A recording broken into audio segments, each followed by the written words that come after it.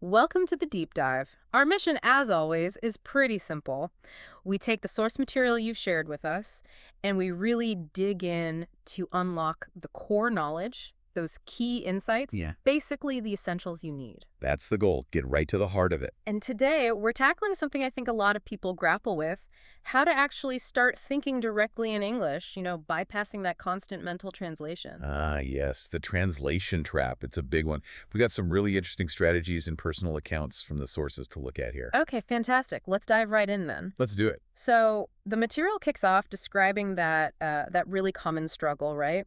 Where you have a thought in your native language, hmm and then you mentally translate it, maybe word for word, maybe you try to fix the grammar, and then you speak. Right, and the source gives that great example, like translating kana to food and then figuring out the whole sentence structure. Exactly. And by the time you've done all that mental gymnastics, the moment's gone. The conversation has moved on. That internal pause, Mm-hmm. it's so relatable for learners. Mm. And the consequence, as the source points out, is that everything just feels slow, clunky. Yeah, awkward. You feel like you're always one step behind the conversation. There's a brilliant analogy in the material for this. It says, trying to talk while translating is like trying to run a race while you're still busy tying your shoelaces. Ha! That's perfect. Always playing catch up. Constantly.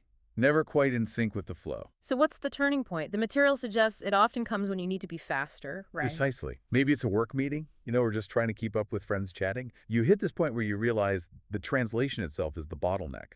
It's not just slow, it's actively blocking fluent conversation. Okay, so that's the problem laid bare. Yeah. What about the other side? Why is thinking directly in English such a game changer? Well, the core idea in the source material is that it's like upgrading your brain's operating system.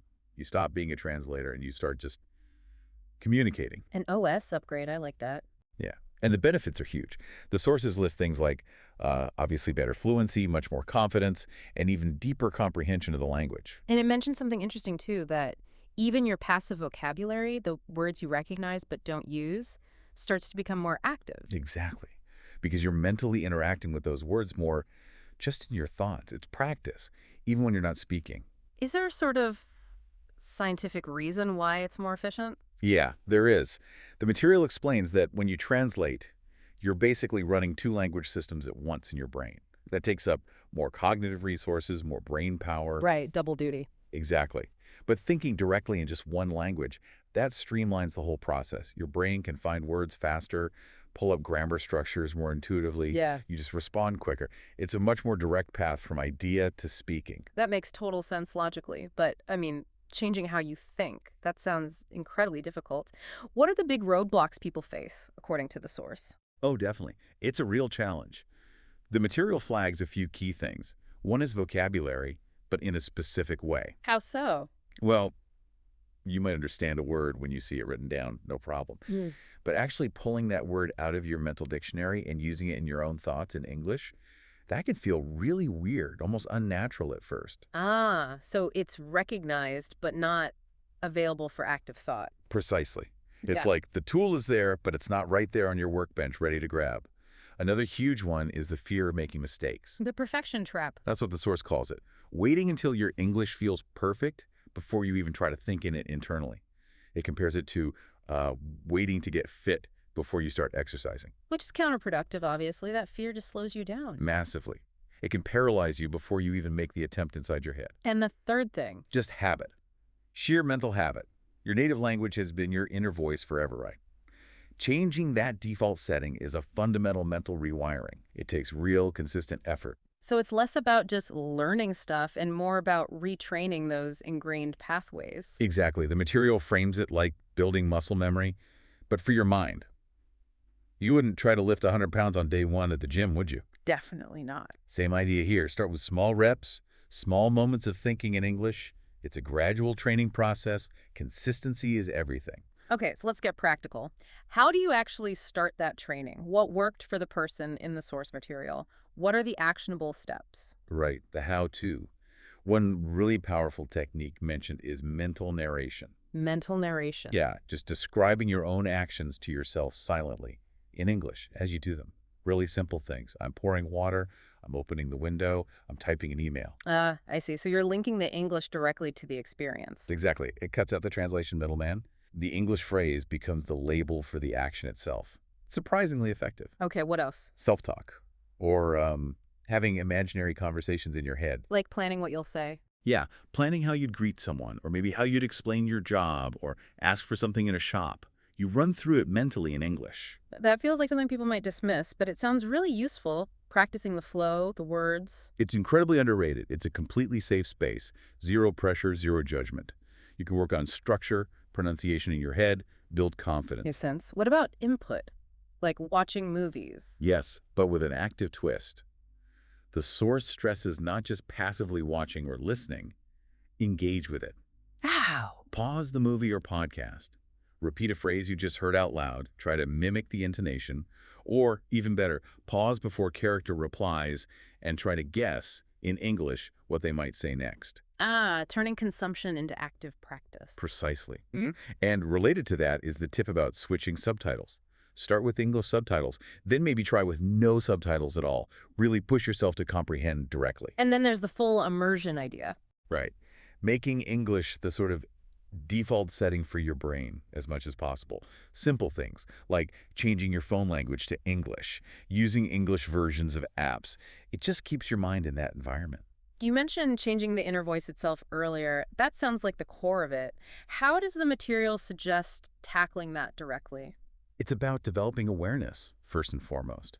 You need to start noticing when you're thinking in your native language. Like catching yourself in the act. Exactly. Yeah. You have thought, maybe I'm so stressed in your first language, and you consciously pause, reframe it, and think it again in English. I'm so stressed. Like a quick mental edit. A gentle edit, yeah. And a really practical tip from the source is to identify your most common repetitive thoughts, the things you think dozens of times a day. Like, I'm thirsty, or what should I do now? Perfect examples. Yeah. I'm hungry, I need to check my phone, where are my keys? You make a mental list of your frequent thoughts. And then you deliberately practice thinking those specific thoughts in English every time they pop up. You're training your brain to default to English for those high-frequency loops. So you automate the common stuff first. Yes. Once those short, everyday loops become automatic in English, it's much easier to start expanding that to more complex ideas and longer trains of thought. Let's circle back to that fear of mistakes. It just seems like it's a huge mental block for so many learners. How does the source help people get past that? It offers a really helpful reframing. Mistakes aren't failures, they're just data, information. They pinpoint exactly what you need to work on. That's a good way to look at it. Less judgment, more information. Right. And the material makes a great point. Even native speakers make mistakes. We trip over words, use awkward phrasing sometimes. It's just part of communicating. Nobody's perfect. True enough. We all misspeak. And this ties into how the source defines fluency. It's not about perfection at all. It's about flow. Yeah, can you communicate your idea? Can the other person understand you, more or less? If yes, then that's success. That's a win. The goal is effective communication, not flawless grammar every single time. Fluency is flow, not perfection. I like that. That takes a lot of pressure off. It really does.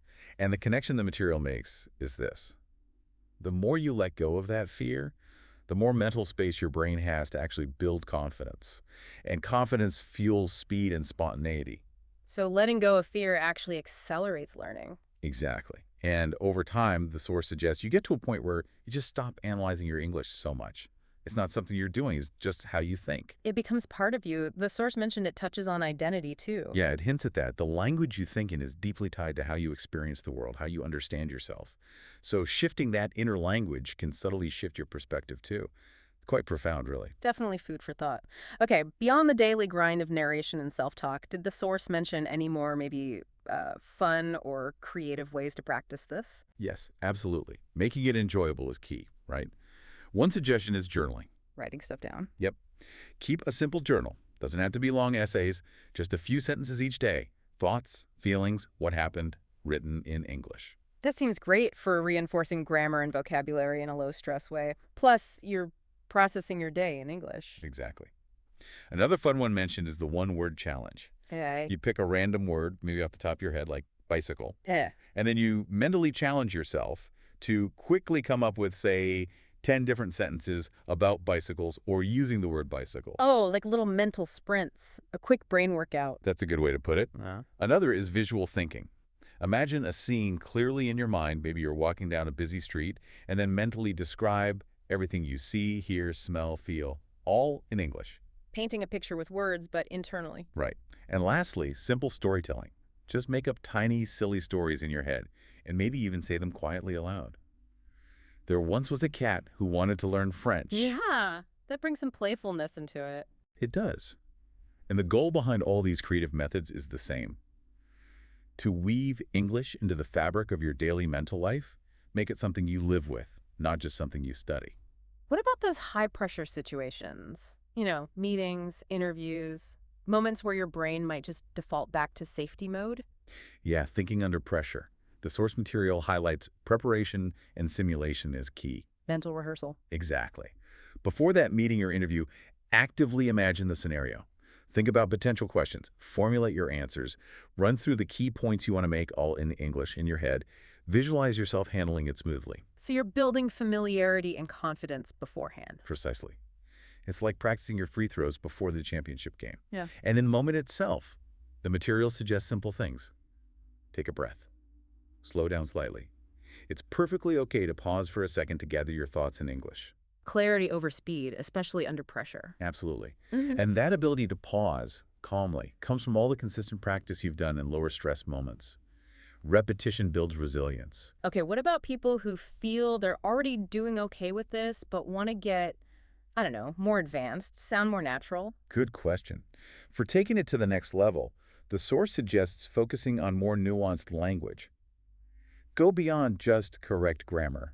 Like what? Learning and incorporating idioms, phrasal verbs, maybe some cultural references that make your English thoughts and speech sound more, well, native-like. So instead of thinking, I'm extremely tired, maybe thinking, man, I'm beat. Exactly that. It adds that layer of naturalness. And another advanced tip mentioned, which I think is fascinating, is to practice expressing emotion directly in English. Thinking about feelings, not just facts. Yes. Consciously try to articulate your joys, frustrations, worries, excitement, using English vocabulary and phrasing in your internal monologue. Wow, that sounds like it would create a much deeper, more personal connection to the language. It really does. It shifts English from just being a functional tool to being a medium for your inner life, for self-expression. So we've covered a huge amount here. The big takeaway seems to be that this isn't a quick hack, is it? Not at all. The source material is very clear on this.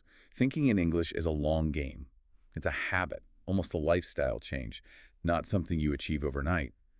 Patience and consistency are vital. Consistency seems like the absolute key. Even just small amounts daily add up. Definitely.